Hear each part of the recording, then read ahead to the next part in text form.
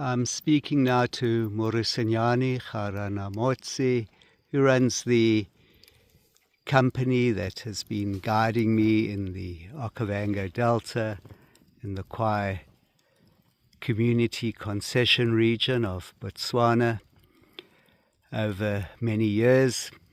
And I'm aware of an incident he had with a crocodile, an absolutely unique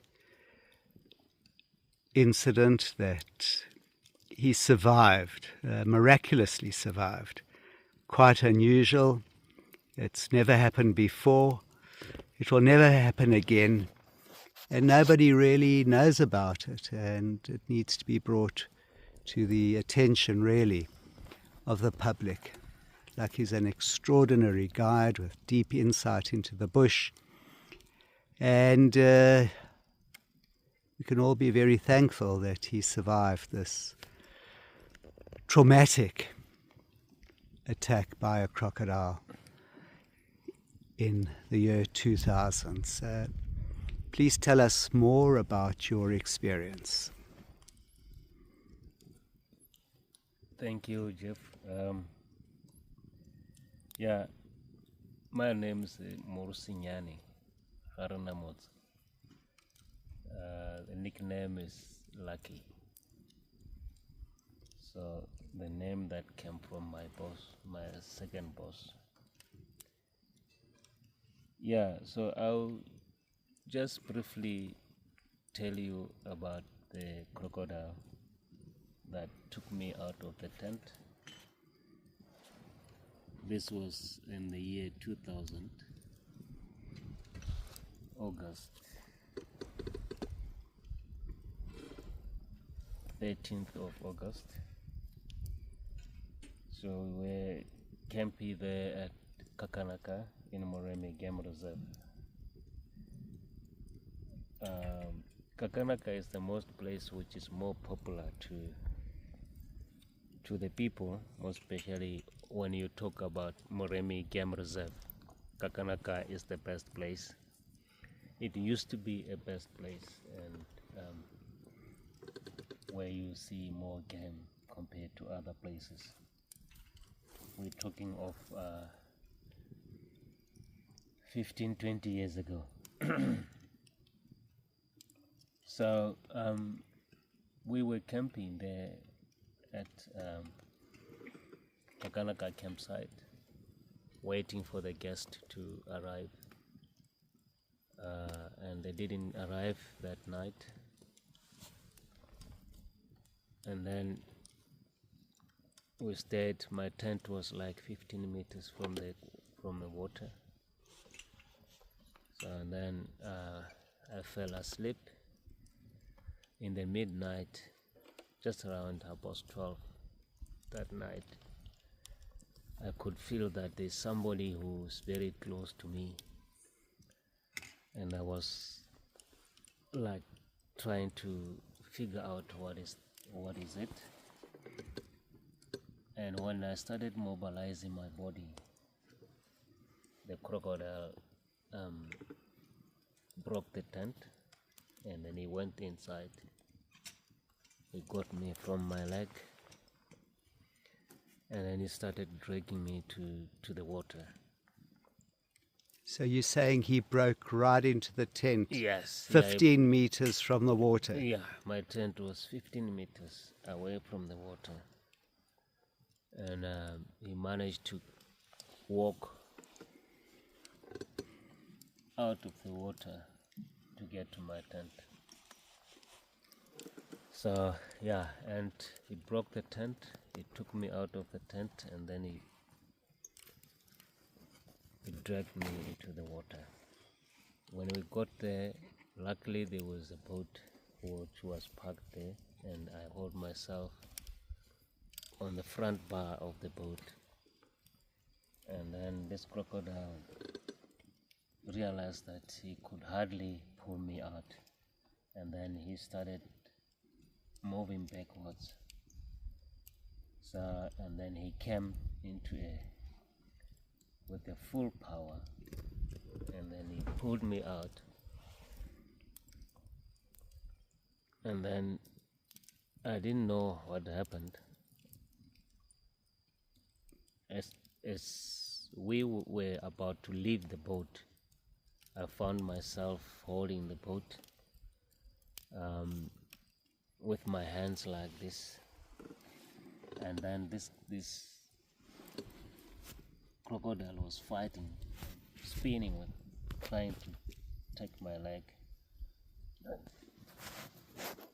And then one of my colleagues, he came, he pulled the pack from the tent, and then he came through the boat, and then he started nailing the crocodile. With the tent peg? Tent pack, yes, with the tent pack. And then he started nailing the crocodile until he got him in the eye. That's when he left my leg. By the time he left my leg, it was completely, the bone was completely broken. And they pulled me, my friend and other guy, they has to pull me out of the water into the boat, and then they called one of the guests. There was a guest in one of the lodges. These guests were from Germany, and they were doctors, and they came across to help me.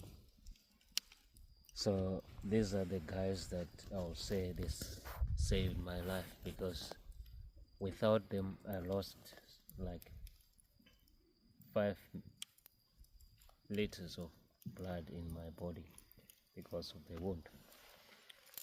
So and then they gave me the antibiotics, and they gave me, and they put me on the drip. They pulled the leg and they supported. And then in the morning around 7 o'clock, I was taken by a plane to Maun.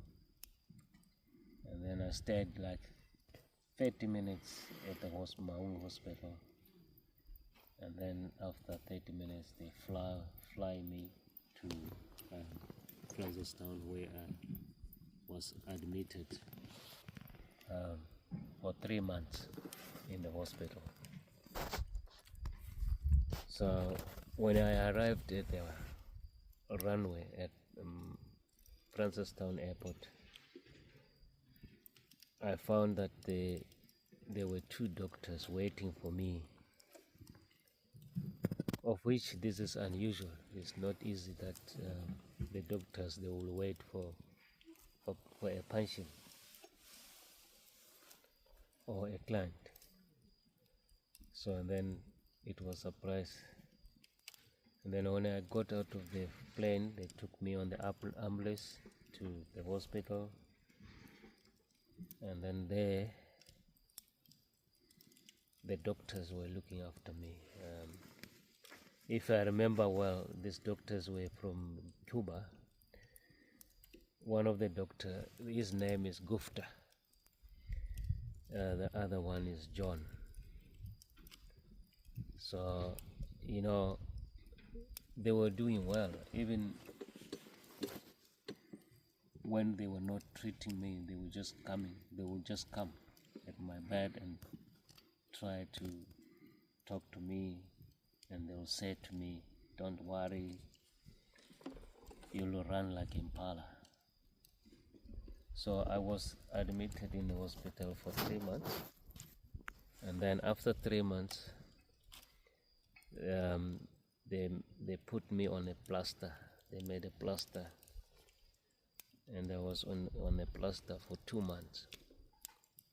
And then after 2 months, I was taken to the physiotherapy, because my leg, more especially my foot, I could hardly mobilize it, because most of the veins that controls they were damaged, that controls the leg, more especially the foot. So I was there at the physiotherapy for a month. That's when I started mobilizing my toes, my my foot, and then I was discharged. Then from there I started walking, but I was using the crutch for the first 1 month, 1 or 2. Can you show us which part of your leg was the crocodile took? And this one, yeah. Mm. You see? So if you look here, Yeah. there's one. Mm-hmm. This is the teeth of the crocodile, Yeah. and if you look this side, there's another teeth here. Mm. Yeah, and then there's another one there. So here it was a open wound. Yeah. Yeah, they have to do the skin graft. They took a skin from this side. Yes. Yeah, and then they put there. Mm. Yeah, And what happened to the bone? it was broken. They didn't do anything on the bone. The bone was badly damaged. Yeah, It was crushed. it was crushed. But it healed itself. It joined itself. So they didn't put anything inside. Yeah. So, but now I can hardly feel anything. So I walk very smoothly, very nice. I can run, I can do whatever. Yeah. Yeah. So I think this is the first story to happen, and it's the last one. It's never happened before. It never happened before, and it will never happen again. Yeah. Yeah. Because with the crocodiles, we know they don't catch anything outside the water. So they catch something that is in the water, and if it can happen that the lions kill a buffalo near the water, that's when the crocodile come and steal the food from the lions. So rather than that, they won't hunt outside the water. So this was unique, and I had a trophy from the tourism minister. They gave me a trophy because it's a unique story.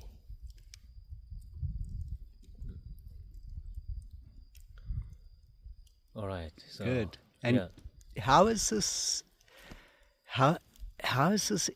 affected you? How has this crocodile attack affected you, Morusinyane? It affected me because I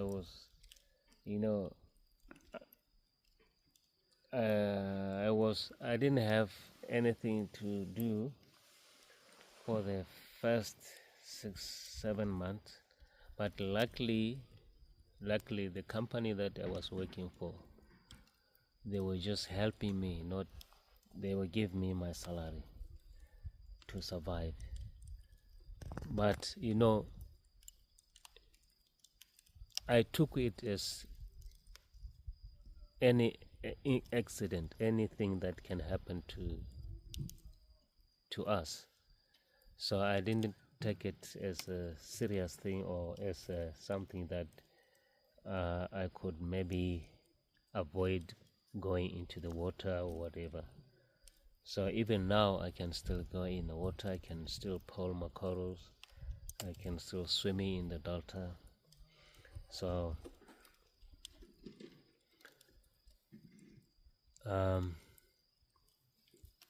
if you don't know, you cannot tell that I survived from the crocodile bite.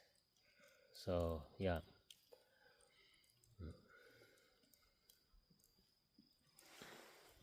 Good. And emotionally, did it have any effect on you? No, nothing. The first week,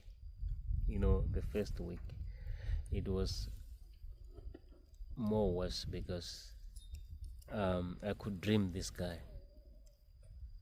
So every night from the first week, every night, I'll dream the crocodile. I'll dream that my leg is inside the crocodile's mouth. So, and then I'll suddenly sometimes shout and jump on the bed, and then my leg will be soaring and soaring and soaring. So it will be painful because, yeah, once I make any movement, because the bone was broken. So then after that I'll be crying and crying because of the pain. Yeah. So, yeah, otherwise, without the good doctors, maybe my leg was to be destroyed. Yeah. Good. Thanks for sharing that with us, Morusinyane. An absolutely unique event. As you say, it's never happened before. It will never happen again. Crocodiles don't go 15 meters inland to attack somebody that's in a tent. And if I recall correctly, you said the crocodile was captured and was 3.8 meters long. That's true. Yeah. Yeah. Even now, the crocodile is still there. Where is it now? In Kasani at the crocodile farm. Mm-hmm. Yeah. So the time when they capture him, that was April, and I was already walking on one crash. So the guys that capture the crocodile, they came to me and say, "Oh, we got your friend. Now we're taking him to the farm. Would you mind to come and see him?" And then I went there to see the crocodile, and then they said, "Okay, we're taking this guy to the farm." So it was quite huge when I saw him in there. Yeah, huge, 3.8. Yeah, so it was amazing. Well, your name of Lucky certainly is appropriate in this case, Morusinyane. Thank you for sharing. You are very welcome. Thanks. Very welcome. Very welcome. And I feel like my boss who called me Lucky is the one that gave me the lucky to survive from the crocodile. Yeah. So, yeah. Good, thank you. You're very welcome.